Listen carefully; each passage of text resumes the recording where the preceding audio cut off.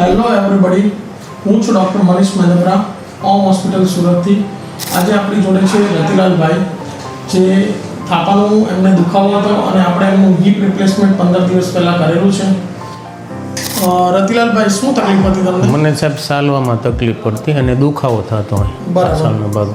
ક્યાં તમારે રહેવાનું કઈ છે? મારું અમરેલી જિલ્લો, બાજુમાં વિઠ્ઠલપુર ગામ. બરાબર. અમરેલીથી સ્પેશિયલી થાપાના દુખાવા માટે આવ્યા હા, હતા? સ્પેશિયલ ઓપરેશન માટે જ આવ્યો છું. બરાબર.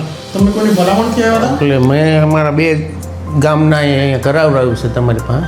એની પાસેથી મેં જાણી એટલે મેં તમારી પાસે જ કરાવવાનું. બરાબર. ઓપરેશન પછી કેવું છે તમને? સરસ છે ઓપરેશન. બરાબર. ચાલવામાં કોઈ તકલીફ છે? નહીં, ચાલવામાં કોઈ તકલીફ. બરાબર. ચાલી શકો છો? બરાબર. ચાલી શકું છું. અને દાદર ચડવામાં? દાદર પણ ચડી શકું છું. બરાબર. ઓપરેશન આપણે આ કરાવવું જોઈએ થાપાના ગોળા? ના ના, કરાવવું જ જોઈએ. નહીંતર તો મને પહેલાં બહુ તકલીફ પડતી ચાલવામાં. હવે કોઈ તકલીફ છે નહીં. ઓપરેશન કરાવવા પછી મને ઘણો ફાયદો છે, કારણ કે ઓપરેશન પહેલાં મને ચાલવામાં બહુ તકલીફ પડતી.